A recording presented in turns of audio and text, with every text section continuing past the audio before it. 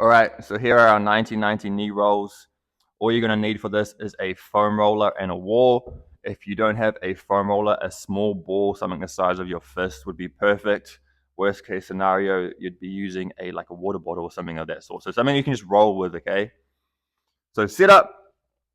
You want to sit up in this 90-90 position here, guys. So feet on the wall, feet are at 90 degrees, knees are at 90 degrees, and hips are at 90 degrees. Your item of choosing will go in between your knees. And then what we want to do from here is just kind of scan the body, see if we have any tension going on anywhere.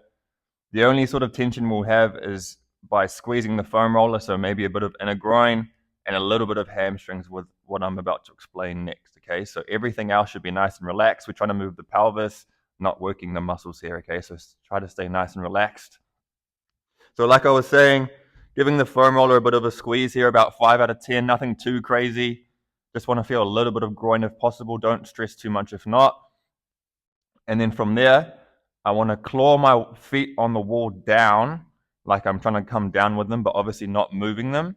And then what that should do is give us a bit of hamstring tension, okay? So clawing the wall, feel the hamstrings turn on ever so slightly. And then what that should do is just tuck the pelvis under ever so slightly so that our tailbone comes off, but the waistband of our shorts still stay on the ground, okay? So nothing too much of a hip lift, just that slight tuck to keep the pelvis and the ribcage stacked. And this is kind of where we're good to go, okay? So from here, I want to work on dropping one knee and reaching with the other. And then hopefully as we drop this left knee, we should get a bit of inner groin. Spend some time here for the first few reps. Don't rush this position. And then roll to the other side. Drop the knee, reach with the other. Hopefully get a bit of inner groin on this right knee now. And then we're just working with our available range, just shifting from left to right. And this is an ideal situation where we can get that nice smooth gliding up and down, shifting our weight from side to side as we reach with one and drop with the other. If you can't, if it looks more like you're just lifting, you're kind of shifting your body the whole as a big clump from left to right, then just kind of shorten up the range if we can. We might need to regress the movement if you are struggling a lot, but what you can do in this position, if you can't kind of get that nice hip shift, play around with using your hands on the foam roller.